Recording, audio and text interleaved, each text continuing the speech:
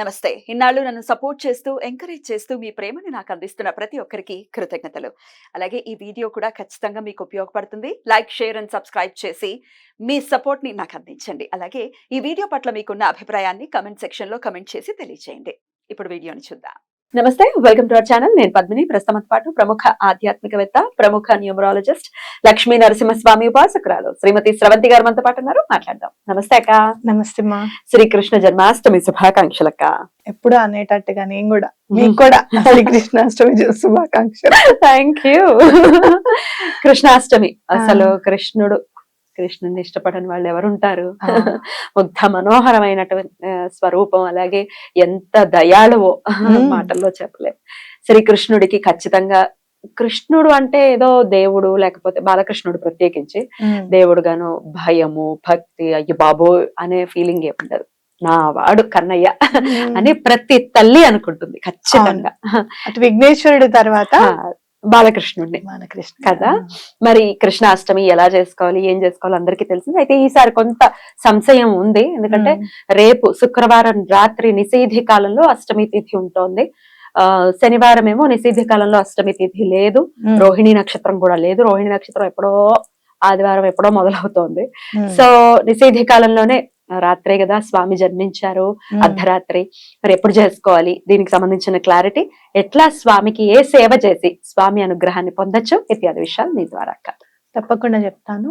చాలా మంది ఏం చేస్తారు అని అంటే సూర్యోదయానికి ఉన్న తిథినే ఆ రోజు తిథిగా తీసుకుని పూజ చేసుకోవడం అనేది ఉంటుంది. అంటే కొంతమంది సాయంత్రం అంటే ఏదైతే ఉంటుందో చంద్రుడికి సంబంధించింది కాబట్టి, అలాగే స్వామివారి ఇట్లా రాత్రి పుట్టారు కాబట్టి అప్పుడు చేసుకుందాము అని అనుకుంటారు. అంటే మీకు ఎలా, మీ ఇంట్లో వాళ్ళు ఎలా చేస్తున్నారు అనేది ఫాలో అయ్యి చేసుకోవడం అనేది ఇంపార్టెంట్ ఇక్కడ. అంటే నక్షత్రం అనేది చాలా రేర్ గా కలిసి వస్తుంది అని చెప్పుకోవచ్చు అనమాట. మీకు చూస్తే గనక ఎక్కువగా నరసింహస్వామి అవతారానికి మాత్రం ఎక్కువగా స్వాతి నక్షత్రం ఆ టైంకి ఉండేటట్టుగా వస్తుంది. కానీ ఎక్కువగా రోహిణి నక్షత్రం మాత్రం చాలా తక్కువగా కలుస్తుంది స్వామివారి తిథికి, అష్టమి అని చెప్పచ్చు అనమాట. అంటే మిగులు తగులు వచ్చేసి రోజు అటు ఇటుగా ఉంటుంది. ఈసారి మరీ దూరంగా ఉంది. అయితే మనం ఎప్పుడు కూడా పెద్దవాళ్ళు ఏం చెప్పారు, మీ ఇంట్లో ఏది ఫాలో చేస్తున్నారు అనేది చూసుకుని ఫాలో అవ్వండి. అయితే స్వామికి తప్పకుండా అటుకులు నైవేద్యంగా పెట్టండి, అలాగే వెన్నని నైవేద్యంగా పెట్టండి. పాలతో చేసిన పదార్థాలు, పెరుగు, పాలు, అలాగే వెన్న, కొంచెం నెయ్యి, వేడివేడి అన్నంలో నెయ్యి, ఉప్పు వేసి పెట్టడం. అంటే చిన్న పిల్లలకి మనం ఏదైతే పెడతామో అది పెడితే చాలా మంచిదని చెప్పుకోవచ్చు. ఎందుకు అంటే చివరికి అల్లరిని కూడా నేర్పించాడు ఆయన మనకి ఎలా చేయాలని. భాగవతం వింటూ ఉంటా, నాటి కిడ్. అన్నిటికంటే నాకు ఆ బొట్టన్ వేలు తీసుకొని నోట్లో పెట్టుకుంటాడు చూసావా, అదైతే చాలా ఇష్టం అనమాట నాకు. అంటే నా కొడుకు ఇప్పుడు అదే స్టేజ్ లో ఉన్నాడు. అంటే భగవంతుడు ఏంటంటే మన కోసం అవతరించినప్పుడు తనని తను మర్చిపోవడం, తను ఏమిటి అని తను అసలు గుర్తుంచుకోకపోవడం అనమాట. నేను కూడా ఇక్కడ వాడినే, వీళ్ళ వాడినే, వీళ్ళు ఏం చేస్తారో నేను అదే చెయ్యాలి అన్న దాంట్లో ఉంటుంది అని అనిపిస్తుంది నాకు.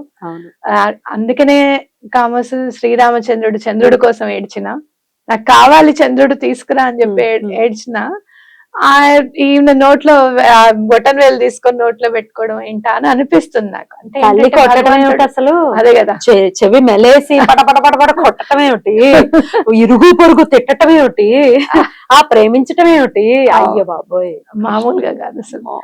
కాబట్టి కృష్ణుడు అయితే ఒకటి మాత్రం ఖచ్చితంగా గుర్తుపెట్టుకోవాల్సింది ఏంటి అని అంటే, కృష్ణుడిని పూజిస్తే జ్ఞానం వస్తుంది అని మాత్రం ఖచ్చితంగా గుర్తుపెట్టుకోవాలి. మీరు ఏం మాట్లాడాలనుకుంటున్నారు, మీరు కరెక్ట్ గా మాట్లాడుతున్నారా లేదా. కొంతమంది అంటారు నాకు కమ్యూనికేషన్ లేదండి, అది చాలా కష్టంగా ఉంది, నేను కమ్యూనికేట్ చేయలేకపోతున్నా అంటారు. లేదా నాకు చాలా ఇష్టం అండి మా ఆవిడంటే, నేను ప్రేమను వ్యక్తపరచలేను, నేను ఐ హ్యావ్ మనసులో నాకు ఉంటుంది కానీ నేను చెప్పలేకపోతున్నాను అని అంటారు. ఆ వ్యక్తపరచడం రావాలి అని అంటే కృష్ణుడిని పూజించాలి. అలాగే మీరు ఏం మాట్లాడాలనుకుంటున్నారు, అవతల వాళ్ళకి మీకు మాట్లాడగలుగుతున్నారా లేదా అంటే కృష్ణుడిని పూజించాలి. అసలు మీరు మాట్లాడేది అవతల వాళ్ళకి ఏమైనా అర్థం అవుతుందా, అదే దాంట్లోనే అర్థం చేసుకుంటున్నారా వాళ్ళు అంటే కృష్ణుడిని పూజించాలి. కాబట్టి ఎందుకో చెప్పనా, మొన్న నేను కృష్ణుడి గురించి నేనే రాశాను ఆ, పద్మిని అని ఎంత చెప్పాను బ్యూటిఫుల్ గా కదా, రాశారు. invitation. ఎంత ట్రై చేసినా రావడం లేదు నాకు. అప్పటికప్పుడే రాస్తాను, రావట్లేదు. ఏంటమ్మా రావడం లేదు అని ఒక్కసారి వాగ్దేవి అని నువ్వు దండం పెట్టుకుంటావు కదా, అలానే 2 చేతుల మా వాగ్దేవి సరస్వతి నువ్వే శ్యామలమ్మ కదా, ఆ శ్యామలమ్మే కృష్ణుడు అని అంటారు కదా, మరి నాకు కొద్దిగా కృష్ణుడి గురించి రాయాలమ్మా అని చెప్పి నేను దండం పెట్టుకున్న 2 minutes కి రాశాను. నేను ఫస్ట్ ఏం రాశాను అనేది ఆ వర్డ్స్ కొన్ని గుర్తున్నాయి. ఏంటంటే కని కనిపించని దేవుడు కనీ పెంచిన తల్లిదండ్రుల రూపంలోనే మన మన దగ్గర ఉంటారు అని చెప్తారు. కానీ పుట్టిన వెంటనే తల్లిదండ్రులని వదలాల్సి వచ్చింది మన శ్రీకృష్ణుడు.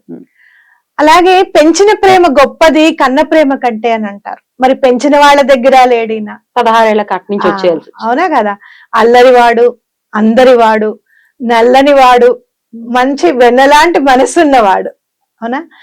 అలాగే రాధ పాదధూళితో ఆయన తలనొప్పి తగ్గింది అని అన్నాడు.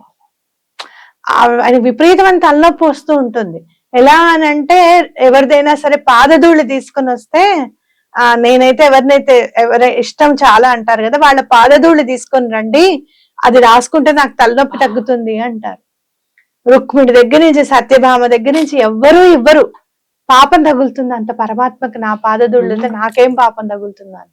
రాధ ఒక్క క్షణం కూడా ఆలోచించదు, ఎందుకంటే ఆయన నొప్పి తగ్గడమే ఆవిడ మోటో.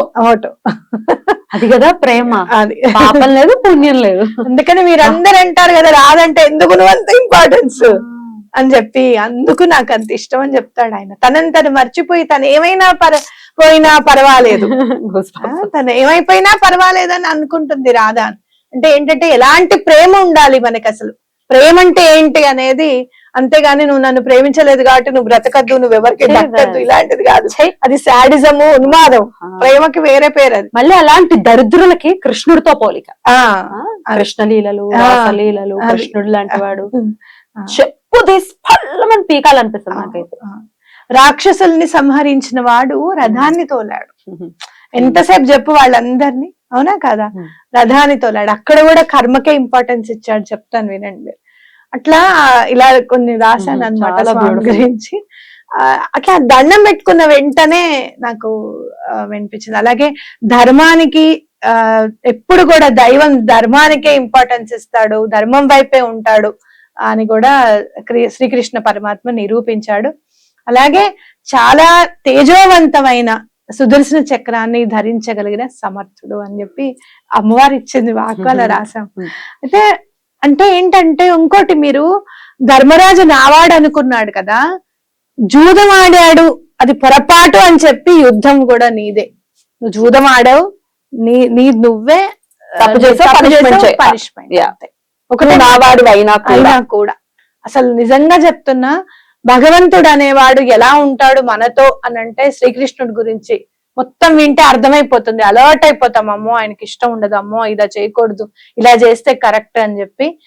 నాకు చాలా సందిగ్ధావస్థలో నేను ఉన్నప్పుడు నాకు ఒక వర్డ్ కనపడింది అనమాట.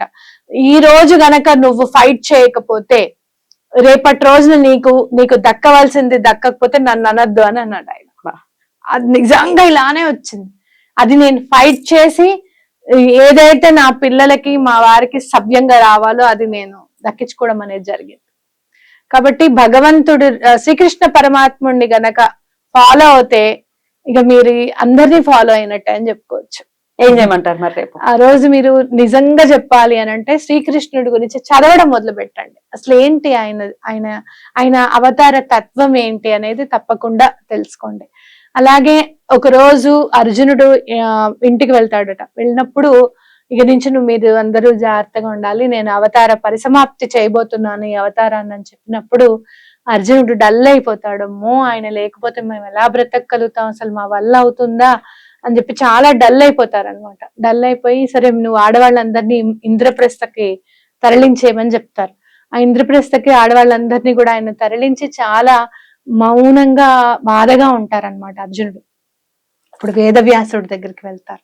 వెళ్ళినప్పుడు వేదవ్యాసుడు అంటారు, ఏం లేదు, నువ్వు ఎప్పుడైతే సంతోషంగా ఉన్నావో అప్పుడు శ్రీకృష్ణుడు నీ పక్కన ఉన్నట్టే, బాధగా ఉన్నప్పుడు కూడా ఉంటాడు, ఏ పని కూడా ఆయన లేనిదే నువ్వు చేయలేవనేది నీకు యుద్ధం చేస్తే అర్థమైపోయింది కదా.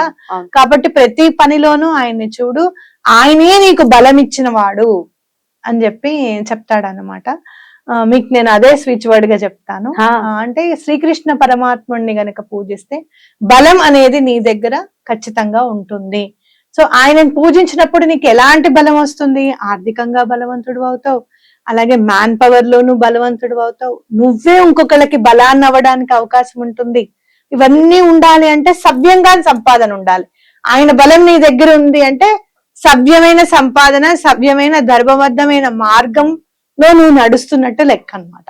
సో అదే మనం ఈ రోజు స్విచ్ వర్డ్ గా చెప్పుకుందాం. ఏంటక్క అది? ఓం మహాబలాయ నమః. ఇది అనుకోండి, కృష్ణుడు మీ పక్కనే ఉండి నడిపిస్తాడు. ఇది కృష్ణుడికి సంబంధించిన నామమే.